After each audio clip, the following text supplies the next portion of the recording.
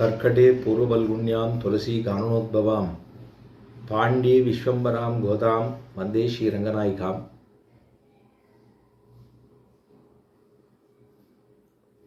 ஆண்டாளனுடைய திருப்பாவையிலே சொல்லப்பட்டிருக்கிற 16வது பாசுரத்தை அனுபவிக்கக்கூடியுள்ளோம்.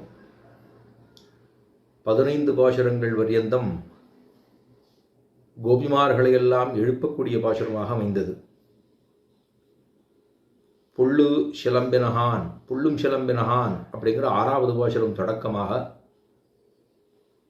15வது பாசுரமாக எல்லேளங்களையே இன்னமுறங்குதியோ அப்படிங்கிற பாசுரம் பர்யந்தம் பஞ்சலட்சங்குடி பெண்களை எழுப்புவதற்கு உபலட்சணமாக 10 விட்டு பெண் குழந்தைகளை எழுப்பின பாசுரம்.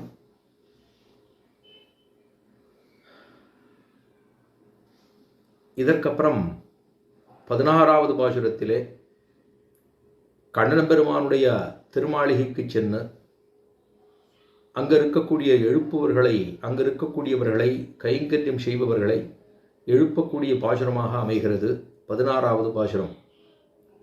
நாயகனாயின நந்தகோபனுடைய கோயில் காப்பானே, கொடித்தோன்னும் தோரணவாசல் காப்பானே, மணிக்கதவும் தாழ்தரவாய் ஆயர் சிறுமீரோமுக்கு அரைபறை மாயன் மணிவண்ணன் என்னலே வாய்நேர்ந்தான், தூயோமாய் வந்தோம் துயிரழப் பாடுவான், வாயால் முன்னம் வாத்தாதே அம்மா நீ நேய நிலைக்கதவும் நீக்கு ஏலோரம்பாவாய். நேய நிலைக்கதவும் நீக்கு, கதவை திறக்க வேணும். 2 ஆச்சரியமாக இருக்கக்கூடிய நேச நிலைக்கதவுகளாக இருக்கக்கூடிய இந்த கதவுகளை திறக்க வேணும், கண்ணன் பெருமானை சேவிக்க வேணும், அவனிடத்திலே பிரார்த்திக்க வேணும் என்று பாடுறதான பாசுரம்தான் இந்த பாசுரம். இந்த பாசுரத்திலே சொல்லப்பட்டதான அர்த்தங்கள் ஒரு கடகரை கொண்டுதான் நாம் எம்பெருமானை அடைகிறோம். அதாவது ஆச்சாரியர்களே முக்கியம் என்பதை சொல்ல வந்தது. வேதம் வல்லார்களை கொண்டு இன்னோர் பெருமான் திருப்பாதம் பணிந்துன்னு ஆழ்வார் தெரிவித்தது போல, வேதம் வல்லவர்களை கொண்டு நன்னா வல்லார் வாய்கொண்டு கேட்க வேணும் அப்படின்னு சொல்கிறோமோ இல்லையோ, நன்றாக பெரியவர்களிடத்திலே கற்று தேர்ந்து உணர்ந்து தெளிந்து அறிந்து புரிந்தது மட்டுமல்ல, அதன்படி நடக்கக்கூடியதான ஞானம் அனுஷ்டானம் இவை அப்படின்னு சொல்லப்படுகிற அவர்களை கொண்டே நாம் எம்பெருமானை அடைய வேணும் அப்படிங்கிறது. கடகர்களை கொண்டுதான் நாம் எம்பெருமானை அடைய முடியும். ஆக நேரடியாக நாம் போவது அப்படிங்கிறது இல்லை. ஆக வேதம் வல்லார்கள்னு சொல்லப்படுகிறதான வேத விற்பன்னர்கள் என்ன,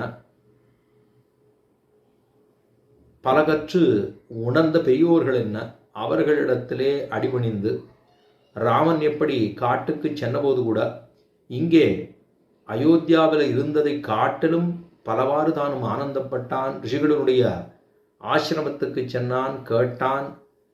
அப்போ எம்பெருமானுக்கே ஒரு ஆச்சாரியரிடத்திலே கேட்டு தர்மசாஸ்திரங்களை கற்று உணரவோனுங்கிற ஆசையினுடைய தானும் ராமபிரான் சக்கரவர்த்தி திருமகன் வாழ்ந்திருந்தான் அப்படிங்கிறது புரியுது. நம்ம பூர்வாச்சாரியர்கள் சொன்னது போலவே அளவந்தார் தெரிவிக்கிற போது பிதாமகம் நாதமுனிம் விலோக்கிய என்று தெரிவிக்கிறார். அகிருத்திமத்துவ சரணாரவிந்த பிரேம பிரகர்ஷாவதி மகாத்மபந்தம் பிதாமகம் நாதமுனிம் விலோக்கிய பிரசீதமத்கிருத்வம் அஜிந்தயித்வா என்று தெரிவிக்கிறார். எனக்கு பெருமாளே தேவரீர் நேரடியாக நமக்கு கொடுக்க வேணும் அப்படின்னு சொன்னால் கொடுப்பதற்கு பிரசக்தியே ஏற்படாது. ஆனால் தேவரீர் அடியனுடைய பிதாமகரை பார்த்தீரேயானால் அடியனுக்கு கொடுக்காமல் இருக்க முடியாது. அதுதான் பிதாமகருக்கு இருக்கக்கூடியதான பெருமை என்று ஆளவந்தார் யமுனாச்சாரியர் தெரிவிக்கிறார். பிதாமகம் நாதமுனிம் விலோக்கிய என்று நான் யமுனாச்சாரியர் என்று இருக்கக்கூடிய நம்மை பார்த்தீரானால் தேவரீருக்கு குத்தங்கள் தெரியும். ஆனால் அடியனுடைய பிதாமகர்னு சொல்லப்படுகிற நாதமுனிகளை பார்த்தீரேயானால் அவருடைய திருவடி சம்பந்தத்தாலே நாம் வாழ்ந்து போக வேணும் அப்படிங்கிறது தான் தேவருடைய கிருபையாக இருக்கும் என்று அளவந்தார் தெரிவித்தார் அப்படின்னு சொன்னால் வேதம் வல்லார்களை கொண்டுதான் என்று புரிகிறது. ஆக ஆண்டாளும் அந்த கிரமத்திலே இப்போ இதுவரைக்கும் பாகவத கூட்டத்தை திரட்சியாக பார்த்து அனுபவிக்கக்கூடிய ஒரு பெண்பிள்ளையை திரட்சியை பார்க்கும்படி, இந்த பாகவத கோட்டியில் இருக்கக்கூடிய திரட்சியை பார்க்கும்படியாக இருக்கக்கூடிய ஒரு பெண்பிள்ளையை எழுப்பினது தான் நேற்றைய பாசுரம் இளங்கிளி அப்படின்னு தெரிவித்தார். அதாவது ஸ்ரீமத் வேதமார்க்க பிரதிஷ்டாபனாச்சாரிய உபவேதாந்தாச்சாரியராய் எழுந்தருளி இருந்ததான காஞ்சியிலே எழுந்தருளி இருந்து நித்தியவாசமாக போன நூற்றாண்டு என்ன, இந்த நூற்றாண்டு என்ன, அப்படி இந்த நூற்றாண்டிலே எழுந்தருளி இருந்ததான போன நூற்றாண்டுன்னு சொல்லணும், அதுக்கு முந்தின நூற்றாண்டுலையும் சொல்லணும். அவ 1800 சொச்சம் வருஷங்களிலே அவதாரம் பண்ணி இந்த வைஷ்ணவ சம்பிரதாயத்துக்கு பெருத்த மகோபகாரகம் பண்ணதான சுவாமி அப்படின்னா பிரதிபாதி பயங்கரம் அண்ணங்கராச்சாரிய சுவாமிகள்னு சொல்லுவோம்.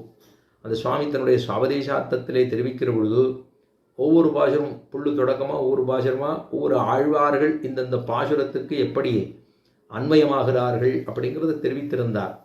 அதில் எல்லே இளங்கிளியேவுக்கு சொல்கிறபோது திருமங்கை ஆழ்வார் சொல்லுகிறார்.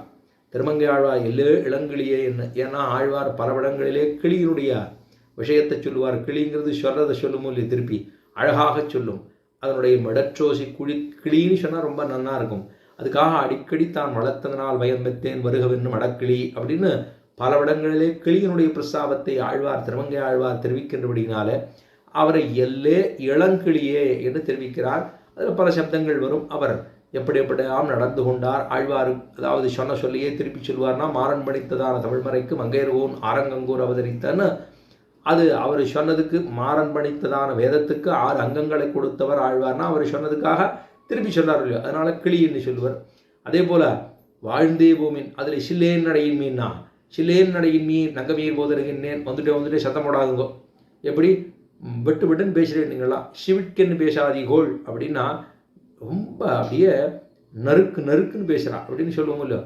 அதுபோல் எங்கே ஆழ்வார் சொன்னான்னா இந்தளூர் எம்பெருமானிடத்திலே தானும் ஒரு ரோஷம், ஒரு பிரணய ரோஷத்தை போலே தான் வாழ்ந்தேவோமின் இந்தலூரீரே அப்படின்னு ஆசவல்லீர் இந்தலூரீரே வாழ்ந்தேவோமின் அப்படின்னு சொன்னாரோ இல்லையோ. அவர்கிட்ட கொஞ்சம் ஷடுக்கன ஒரு நான் ஆழ்வார்னு ஒருத்தன் வந்திருக்கேன், எனக்கு சேவை கொடுக்காம நமக்கு சேவை கொடுக்கவில்லையே அப்படிங்கிற ஒரு வருத்தத்தோட பாடினார்னு பார்க்குறோமோ இல்லையோ. அதெல்லாம் பார்த்தா திருமங்கை ஆழ்வாரையே சொல்லலாம் அப்படின்னு இந்த பாசுரத்துக்கு பலவாறு சுவாமி தானும் சாதித்துள்ளார் சுவாபதேசார்த்தமாக.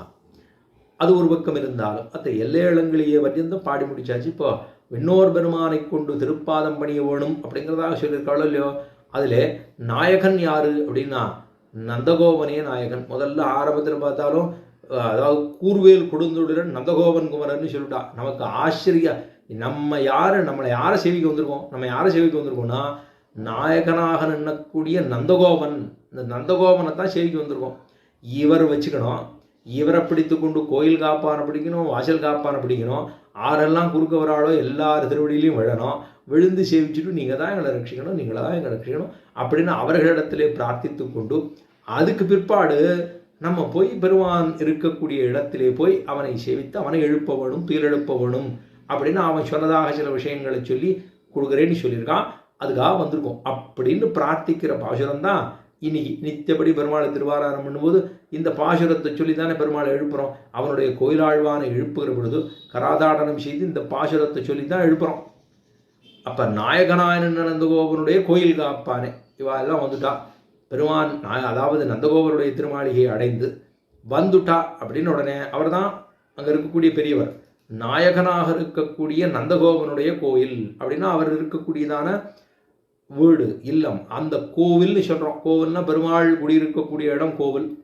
திருவரங்கத்தையே கோயில்னு சொல்லுவோம் இல்லையோ. அப்போ இந்த கோவில்னு சொல்லப்படுகிற இடம், அப்போ நாயகனாய் நின்ன நந்தகோபனுடைய கோயில் காப்பானே. வாசலுக்கு வந்துட்டா, வாசலில் வந்து நிற்கிறா, கோயில் காப்பான் அங்கே இருக்கக்கூடியவர் நாயகனாக இருக்கக்கூடியவர், அவரை தொழுதா.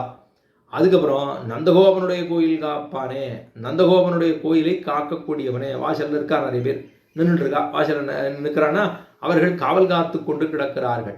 நாகநாதன் நந்தகோபனுடைய கோயில் காப்பானே, கொடித்தோன்னும் தோரண வாசல் காப்பானே. கோயில் காப்பான சொல்லியாச்சு, வாசல் காப்பான சொல்லியாச்சு, இப்போ கோயில் காப்பான சொல்லணும். அப்போ முதல்ல வீட்டுக்கு வெளியில் இருக்கக்கூடியதான கோயில் காக்கக்கூடியவனை அவனை பிரார்த்திக்கிறான். அவனை பார்த்து யானா யார் நமக்கு ரட்சிக்க போகிறார்கள் நமக்கு தெரியாது இல்லையோ, அதனால கோயில் காப்பான சொல்லி அதுக்கப்புறம் கொடித்தோன்னும் தோரண வாசல் காப்பானே. தோரணங்கள்லாம் இருக்குது, அந்த கொடிகள் இருக்குது, பெருமானுக்கு சந்நிதின்னு சொன்னால் முதல்ல துவஜஸ்தம்பம் இருக்குமோ இல்லையோ, கருடக்குடின்னு சொல்ல இல்லையோ, அங்கே துவஜஸ்தம்பம் கருடக்குடி. அப்போ அதுபோல் இருக்கக்கூடிய கொடி தோன்றும் தோரண வாசல் காப்பானே, தோரணங்கள் இருக்கக்கூடிய இடங்களிலே அந்த இடத்துல தோரண வாசல் காப்பானே, மணிக்கதவம் தாழ் திறவாய். என்னன்னா மணிகளெல்லாம் பூட்டப்பட்டு இருக்கக்கூடிய பெருமாளுக்கு கோயிலாழ்வான்னு சொன்னால் அத்தனை ஆச்சரியமாக ஒவ்வொரு கிரகத்திலும் நாம் எம்பெருமானுக்கு கோயில் அப்படின்னு சொல்லி அந்த கோயில் ஆழ்வானுக்கு அத்தனை நமக்கு எல்லாம் அலங்காரம் பண்ணிக்கணும். பெருமாளுக்கு அப்பேற்பட்ட சர்வேஸ்வரனுக்கு திருவாராதனம் பண்ணோம்னா நாமும் ஓரளவாது அலங்காரம் பண்ணி கொண்டு அலங்கரிக்கப்பட்டதான அந்த கோயில் ஆழ்வானை நாமும் திறக்க வேணும். அது திறக்கிற போது பெருமாள்கிட்ட நான் நித்தபடியே விழுந்து சேவிக்கிறேன். அபராத சகசவாயனம் பதிதம் பீமவார் நவோதரே என்று நான் எவ்வளவு ஒரு அகதியாக வந்திருக்கிறேன், தேவரை ரட்சிக்க வேண்டும் என்று அவனிடத்திலே விழுந்து சேவித்து எழுந்திருந்து அப்போ கோயில் காப்பானே, மணி கொடி தோன்றும் தோரணவாசல் காப்பானேன்னு அந்த கதவை திறக்கிறோம். கோயில் காப்பானே, மணிக்கதவம் தாழ் திறவாய். மணியாலே பூட்டப்பட்டிருக்கக்கூடிய இந்த கோயில் ஆழ்வானே, அந்த அங்கே இருக்கக்கூடிய மணிக்கதவம் தாழ் திறவாய், திறக்க மாட்டியா அப்படின்னு கேட்டா அவள் எல்லாரும் வந்துட்டான். முதல்ல கோயில் காப்பான், அதுக்கப்புறம் தோரண வாசல் காப்பான். கதவை திறப்போன்னா அவருக்கு பயம். ராத்திரி பொழுதுல இப்போ வந்திருக்கேன், விடிய காத்தால வந்திருக்கேன். மத்திய ராத்திரியிலே எழுப்புவன், மத்திய ராத்திரியில் வந்து எழுப்புறேன், எனத்துக்காக எழுப்புறேன்னா இது என்ன மத்திய ராத்திரியா இல்லை விடிய காத்தால? ஏன்னா அவள்லாம் தூங்கிட்டு போலன்னுவோ, அதனால மத்திய ராத்திரிட்டா. இவாளுக்கு ஆசை, எப்போவுமே ஆசையாக ஒரு காரியத்தை பண்ணோம்னா அதில் நமக்கு ஒன்றும் அதில் வந்து நமக்கு செழிப்பே தோத்தாது. இந்த ஆசை இல்லாமல் செய்கிற காரியத்தில் செழிப்பு தோத்துமோ இல்லையோ. அப்போ மணிக்கதவம் தாழ் திறவாய் ஆயர் சிறுமியரோ முக்கு, நீங்கள்லாம் ஆறு அப்படின்னு கேட்டால் நாங்கள்லாம் அபலகளாக வந்திருக்கிறோம், கோபிமார்களாக இடைச்சிகளாக நாங்கள்லாம் வந்து பெருமாள்கிட்ட விழுந்து அவரிடத்துல பிரார்த்திக்கணும்னு வந்திருக்கோம். ஆயர் சிறுமியரோ நீங்களாம் இந்த நடுராத்திரியில் வந்து என்ன பண்ணுறீங்க அப்படின்னு கேட்டால் இல்லை நான் விடிய காத்தால இப்போ நாங்கள் வந்திருக்கோம். ஏன் அப்படின்னா மத்தியராத்திரியில் வந்து நாங்கள் இல்லையே எழுப்பலையே காம்பரை தானே வந்திருக்கோம்னா, இல்லை இது ரொம்ப அபாயம் இருக்கக்கூடிய தேசம். அவர் சொல்கிறார் அபாயமாக இருக்குது, இது ஒன்றும் அதாவது திரேதாயுகம் இல்லை, இது துவாபர யுகம். இங்கே இருக்கிற நந்தகோபர் அவர் அதாவது இருக்கக்கூடிய சம்பராந்தகன்னு சொல்லப்படுகிறதான தசரதர் இங்கே இல்லை. அதாவது அவருக்கு என்ன பேருனா தசரதன். 10 திக்குகளிலே இந்த ரதத்தை ஓட்டக்கூடிய சாமர்த்தியம் படைத்ததாக இருக்கக்கூடிய சம்பராந்தகனாக இருக்கக்கூடியவன் இல்லை. நாங்கள் இருக்கிறது இங்கே ஆய்க்குளத்திலே திருவாய்ப்பாடியில் இருக்கோம். திருவாய்ப்பாடியில் இருக்கோம்னா அவரோ அங்கே கூர்வேல் கொடுந்துடுன்னு ஆரம்பத்தில், இப்போ சொல்கிறார் ரொம்ப பரமசாது, அவருக்கு ஒன்றுமே தெரியாது, இருக்கிறதோ வெண்ணையும் பாலும் தயிரும் தான் தெரியும் அவருக்கு, வேறு எதுவும் தெரியாது, ரொம்ப சாது. அங்கே போய் வந்திருக்கீள். ஆனால் இவ்விடத்துல என்னென்னலாம் வருதுன்னா ஒரே ராட்சசாலாக வரா. யாரெல்லாம் வராளோ இங்கே எல்லாம் கண்ணனை முடிக்கணுங்கிறதுக்காக வராளோ இல்லையோ. அதனால நாங்கள் ராத்திரியில் வந்து நீங்கள் எழுதினா எழுப்பி எப்படி எழுப்புறது, என்ன நினைக்கிறது அப்படின்னு உடனே இந்த பெண்கள்லாம் சொல்கிறா, நாங்கள்லாம் 5 லட்சம் கோடி பெண்கள் வந்திருக்கோமே தெரியலையா, அங்கே பார் இத்தனை பேர் வந்திருக்கோம் பார் அப்படின்னா, இல்லை நாங்கள்லாம் ஸ்திரீகள் கோபிமார்கள் வந்திருக்கோம். அவளும் ஒத்தி வந்தாளே ஆறு பூத்தனா வந்தாளோ இல்லையோ. வந்து பார்த்தா அவள் ஒத்தி வந்தாளேன்னா, அவள் ஒத்தி வந்தா நீங்கள்லாம் 5 லட்சம் கோடி பெண்கள் வந்திருக்கோம் அவள் சொல்கிறா. இந்த கோபிமார்கள் சொல்கிறா அவள் ஒத்தி தானே வந்தா. நீங்கள் சொல்கிறது பார்த்தா பொம்மநாட்டி தான் வந்தா, ஒன்றும் பயம் இல்லைன்னு சொல்றீள். ஆனால் பொம்மநாட்டி தான் வந்தா. எதுக்கு வந்தா? விஷத்தை கொடுப்பதற்காக வந்தாள். சரி இருக்கட்டும், அவள் ஒத்தி தான் வந்தா. நாங்கள் 5 லட்சம் கோடி பெண்கள். இவாளெல்லாம் என்ன சொல்ல வரான்னா, நான் எம்பெருமானை துதிப்பதற்காகத்தான் வந்தோமே தவிர அவனை எழுப்புவதற்காகத்தான் வந்தோமே. ஏன்னா அவருடைய அதாவது ஸ்தானத்தில் நின்று பார்த்தோம்னா அவள் சொல்கிறா இத்தனை பேர் நடுராத்திரியில் வந்திருக்கீங்களே இதுக்குன்னு பயமாக இருக்குன்னார். இல்லை நாங்கள்லாம் பெண்கள் தான் வந்திருக்கோம்னா, இல்லையே இன்னொரு பெண் வந்தாலே பூதனை வந்தாலே பால் கொடுக்க வந்தாலே விஷப்பால் கொடுத்தாலேன்னார். அவள் ஒத்தி தானே வந்தால் நாங்கள் 5 லட்சம் கோடி பெண் வந்திருக்கோம், அதனால் ஒன்றும் பண்ண மாட்டோம் அப்படின்னு சொல்ல. அப்படியா? மணிக்கதவம் வந்தாள் திறவாய் அயர் சிறுமியரோமுக்கு அரைபறை மாயன் மணிவண்ணன். பெருமாள் என்ன பண்ணிட்டாரா, இந்த நோன்புக்கு வேண்டியதான உபகரணமாக இருக்கக்கூடிய பறையை கொடுக்குறேன். அரைபறை மாயன் மணிவண்ணன், மாயமான சேட்டுதங்களை பண்ணக்கூடிய எம்பெருமான் மாயன் மணிவண்ணன். அப்படி மணியைப்போல இருக்கக்கூடிய ரொம்ப சுலபமாக இருக்கக்கூடிய முந்தானையிலே முடியுமளவுக்கு இருக்கக்கூடிய சுலபம் சௌலபியம் மணிவண்ணன் மாயன் மணிவண்ணன் நென்னலே வாய்னேன்தான். நேதிக்கே சொல்லிட்டான், வாயால் சொல்லிட்டான். திருவோலக்கத்திலே எல்லாருடையும் சேர்த்துன்னா சொல்லணும், உங்கள்கிட்ட மட்டும் சொல்லியிருக்கானாவோ. அப்போ நென்னலே வாய்னேன்தான் திருவோலக்கத்திலே சொல்லும்படியாக இருக்க தனியாக சொல்லிட்டு போயிருக்கானே மாயன் மணிவண்ணன் நென்னலே வாய்னேன்தான். நாங்கள்லாம் எப்படி வந்திருக்கோம்? தூயோமாய் வந்தோம். நாங்கள்லாம் தீர்த்தமாயிட்டு எப்படி விபீஷண ஆழ்வான் ஒரு சரணாகதி பண்ணுகிற பொழுது தானும் தீர்த்தமாடி விட்டு வந்தானா அப்படின்னா அதுதான் தெரியுமா? அப்படின்னா சரணாகதி பண்ணுவதற்கு அதுக்கு என்ன வேண்டாம்? காலம் இல்லை, தேசம் இல்லை, அதிகாரி நியமமும் இல்லை, எல்லாரும் பண்ணலாம். இந்த காலத்தில் தான் அதாவது புண்ணிய காலம்னு சொல்லப்படுகிற தட்சிணாயனத்தில் பண்ணணுமா, உத்தராயணத்தில் பண்ணணுமா, எப்போ புண்ணிய காலத்தில் பண்ணணுமா, உத்தராயணமா தட்சிணாயனமா, இல்லை ஏதாவது ஒரு நல்ல நாளாக பார்த்து தான் பண்ணணுமா? அப்படி இல்லையோ, காலமும் கிடையாது, நேரமும் கிடையாது, அதிகாரி நியமமும் கிடையாது. இன்னார் தான் பண்ணோம், புருஷாளாக இருக்கிறவா தான் பண்ணலாம், ஸ்திரீகள் பண்ணப்படாது அப்படின்னு ஏதாவது இருக்கா? நென்னலே வாயில இருந்தால் நாங்கள்லாம் எப்படி வந்திருக்கோம்? தூயோமாய் வந்தோம், தூய்மையாக எம்பெருமானையே அனுபவிக்க முற்பட்டு நாங்கள் வந்திருக்கிறோம். விரகதாபத்தாலே நாங்கள் துடித்து எம்பெருமான வந்து சரவணும் என்கிற ஆசையினாலே நம்ம இதில் ஒன்றே ஒன்று மட்டும் நினச்சிக்கணும். நம்ம நினைப்பது போலே லோகத்தில் இருக்கக்கூடிய பாசமோ நேசமோ பிரியமோ காமமோ அன்று எம்பெருமானிடத்தில் இருக்கக்கூடிய பிரேம பாச பிரீதி இவைகளுக்கெல்லாம் போக்கு விடாக பூர்வாச்சாரியர்கள்லாம் சொல்லும்போது அடிக்கடி என்ன சொல்லுவானா, அவளுக்கு என்ன ஆசையாக இருக்கணும் அப்படின்னா, இருக்கிற நாளில் உகந்தருள் இருக்கக்கூடிய நிலங்களிலே பிரவணனாக இருக்க வேண்டும்னு சொல்லுகிறார்கள். ஆக இந்த லோகத்தில் இருக்கக்கூடிய விஷயமாக அவர்கள் ஒரு நாளும் எத்தையும் பார்த்ததே கிடையாது. பகவத் விஷயம்னு சொன்னால் அந்த பகவத் விஷயத்தோடையே வாழ்ந்திருந்தவர்கள் பூர்வாச்சாரியர்கள். ஆக நென்னலே வாய்நேர்ந்தான் துயோமாய் வந்தோம், நாங்கள் தூய்மையாக வந்திருக்கோம்.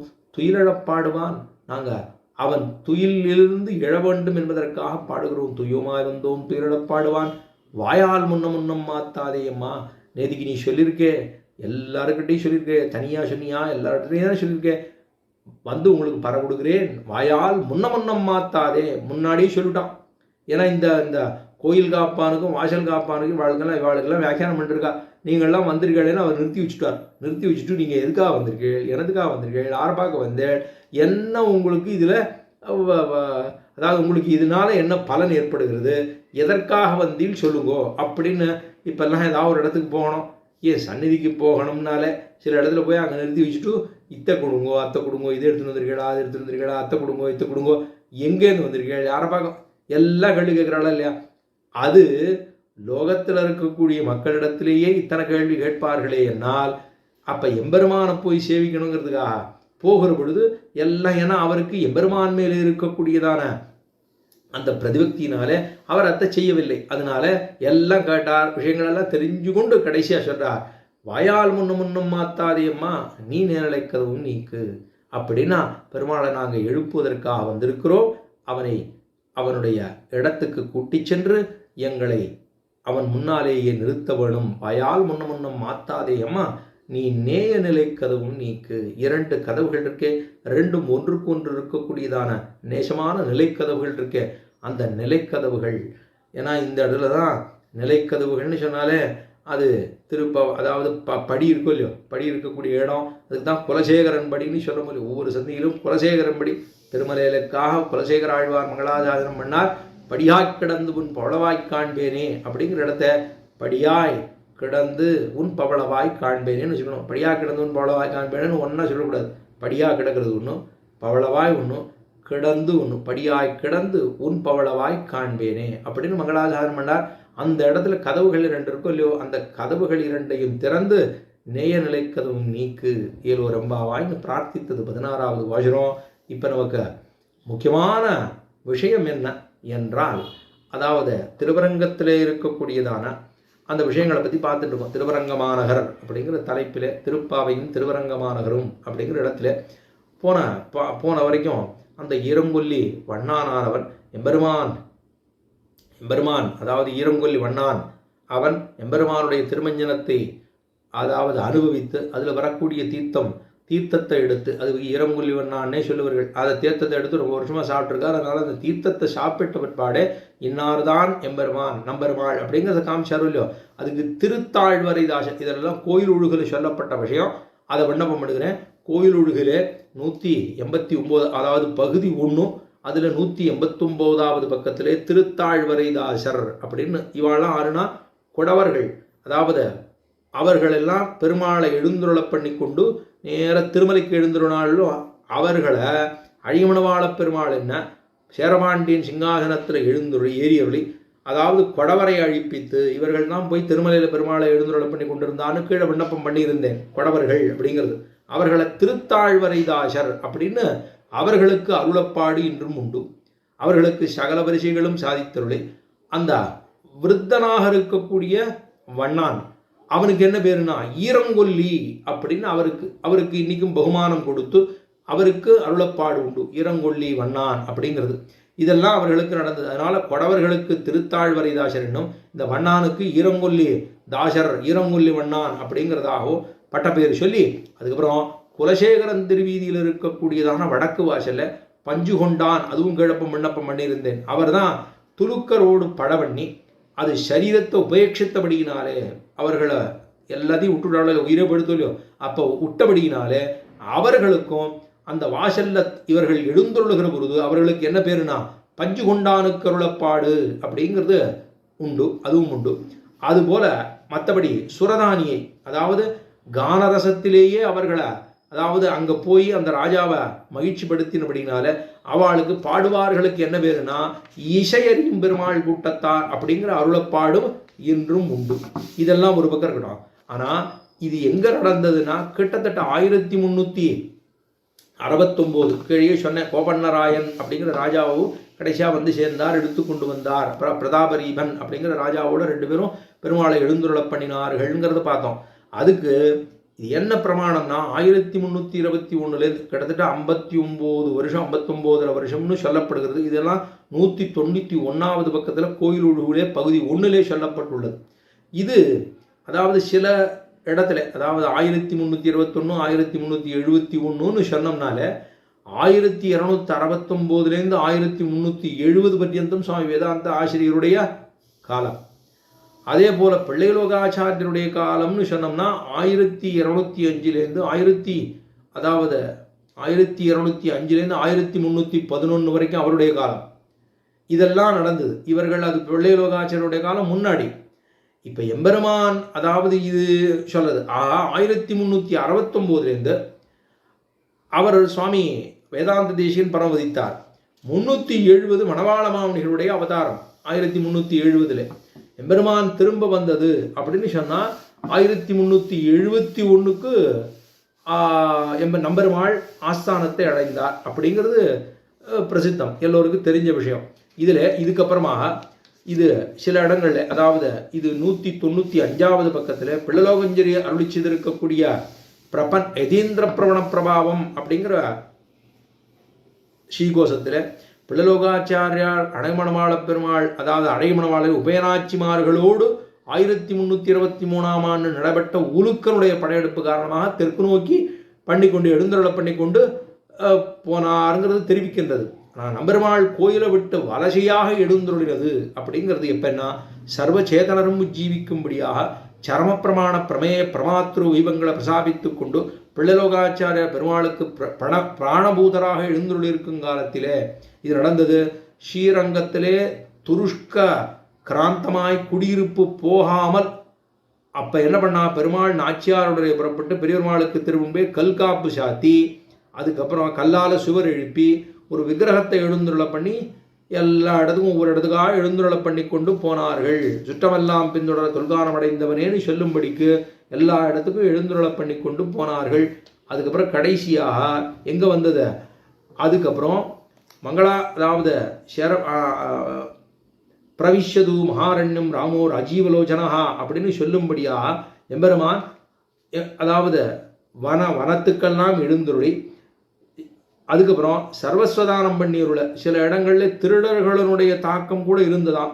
அதையெல்லாம் தாண்டி அதுக்கப்புறம் பிள்ளலோகாச்சாரன் மீண்டும் எழுந்துருளே அவ்விடத்திலே தானும் சர்வஸ்வதானம் பண்ணியருளி அவர்களை எல்லாம் சர்வஸ்வதானம்னா அவர்களுக்கு அனுகிரகம் பண்ணி அதுக்கப்புறம் சில கள்ளர் வந்து அவர்தம் பணிந்து பச்சைக்கட்ட திருடர்கள் தாம் கொள்ளையடித்த பொருள்களை மீண்டும் பிள்ளைலோகாச்சாரியரிடம் சேர்ப்பிக்க இதெல்லாம் சில திருவாபரணங்களாம் திருடி கொண்டு போயிட்டா திருப்பியும் இவருடைய கிருபையை பார்த்து இந்த விஷயங்களை எல்லாம் இந்த நகை நட்டுகள் திருவாபரணங்கள் எல்லாம் கொண்டு இவர்கிட்ட பிள்ளைலோகாச்சாரியரிடத்தை சமர்ப்பித்து என்ன ஆச்சு கலமிகு பஞ்சமுடன் கள்ளர் பற்றில கத்திருவர் காரியப்பே ஒருவர் வந்து பலமறிந்து பதம் பணிந்து பச்சை கட்ட பாங்குடனே வாங்கினா போல் வாங்கி நீங்கி நலமிகுந்த தனம் இதனை நம்பினோமேல் நம்பெருமாளும் பருடன் நம்பெருமாள் உம்பருடன் நயந்து வாழும் இளமிகு பெரும் செல்வம் இல்லை என்று ஏர் முடும்பை உலகாரியன் முறை செய்தானே அப்படின்னு அவர்களிடத்தில் அந்த திருட்டு பண்ணதெல்லாம் கொண்டு வந்து பிள்ளைலோகாச்சாரியரிடத்தை திருப்ப கொடுத்து ஜோதிஷ்குடிங்கிற கிராமத்திலே பெருமாளுடனே எழுந்துருளி அங்கேயே திருமேனி நோவி சாத்தி அங்கேயே நோவு சாத்தி கொண்டார் சுவாமி பிள்ளைலோகாச்சாரியர். ரொம்ப தளர்ந்து போய் உடல் நரம் ரொம்ப குன்று போய் பரமதிக்கிற திசையை அடைந்து திருவடிகளுக்கு அந்தரங்கரான முதலிகள் சில பேர் எப்போது இருப்பாளோ இல்லையோ எங்களுக்கு தஞ்சமேதுன்னு கேட்டிருக்கா. அதுக்கு திருமலையாழ்வாரிடத்திலே திருவள்ளம் பிரசன்னமாய் குடிபுகுந்து ஒரு மிடறு செய்து லௌகிக வைதிகங்களிலே அதி நிபுணராய் மதுரை ராஜ்யாதிபத்தியம் பண்ணுகிறவர் அத்தவிட்டு தரிசன பிரவர்த்தகராம்படி ஆசிர்வதித்தருளி. இதெல்லாம் எங்க திருவாய்மொழிப்பிள்ளிடத்திலேருந்து வரக்கூடியதான மாமுனிகள் அப்படிங்கிறதா. தமக்கு பிறகு ஆச்சாரிய பீடத்தை அலங்கரிப்பதற்கு மதுரையில் பாண்டிய மன்னரிடம் மந்திரியாக இருந்து வந்த திருமலை ஆழ்வார் எனப்படும் திருவாய்மொழிப்பிள்ளையை, ஏன்னா லௌகிகமாகவும் அவர் இருந்திருந்தார். அப்ப திருவாய்மொழிப்பிள்ளை நிமித்தருடினார். இந்த திருவாய்மொழிப்பிள்ளை தன்னுடைய இளம் வயதிலே திருவரங்கத்தில் பிள்ளைலோகாச்சாரியருடைய திருவிழிகளை பற்றியிருந்தார் அப்படிங்கிறது. திருவாய்மொழிப்பிள்ளையின் சிறியதாயாரும் திருத்தாயாரும் பிள்ளைலோகாச்சாரியருடைய சீடர்களாவர். திருவாய்மொழிப்பிள்ளையினுடைய சிறியதாயாரும் தாயாரும் திருத்தாயாரும் பிள்ளைலோகாச்சாரியருடைய சீடர்களாவர். அவரை அனுவர்த்தித்து ரகசியங்கள அர்த்தங்களையும் நன்னாக பிரசாதிக்கும்படி குரகுலோத்தமதாச நாயனாருக்கும் திருவாய்மொழியை பிரசாதிக்கும்படி திருக்கண்ணங்குடி பிள்ளைக்கும் திருப்புட்குழி ஜீயருக்கும் 3000 வியாக்கியானத்துக்கு நாலூர் பிள்ளைக்கும் சப்தகாதை முதலான சில அர்த்தங்க விசேஷம் பிரசாதிக்கும்படி விளாஞ்சோல பிள்ளைக்கும் நியமித்தருளி ஆணிதனில் வளர் பக்கதார் 2ஆம் நாள் தன்னில் ஊனமில் இவ்வுலகாறு முடும்பயர்கோன் திவத்து வானவரதற் சூழ வைகுந்த குட்டநாடு தான் இனிது வீற்றிருக்க திருவுள்ளமாய். அப்போ அந்த ஒரு நாளில் அவர் புறப்பட்டு சென்னார். எப்ப அப்படின்னா ஆணிதனில் வளர்பக்கத்தார் 2ஆம் நாள் தன்னில் அப்படின்னா வளர்பிறையிலே ஆணி மாசத்திலே ஒரு பௌர்ணமி தினத்தண்டு வளர் பக்கத்தார் 2ஆம் நாள் தன்னில் அப்ப சுவாமி புறப்பட்டு சென்னார். ஆணி மாதத்திலே வளர்பிறையிலேயே துவாதசி திதியிலே பரவதித்தாருங்கிறது அது நம்ம குரு பரம்பரையிலே சொல்லப்பட்ட விஷயங்கள். இப்படி திருவரங்கத்துக்கு வந்து சேர்ந்ததான எம்பெருமான், அதாவது 1311 தான் மாலிகாபூர் அப்படிங்கிற ஒரு துலுக்க ராஜா அவன் படையெடுப்பு நிகழ்ந்தது.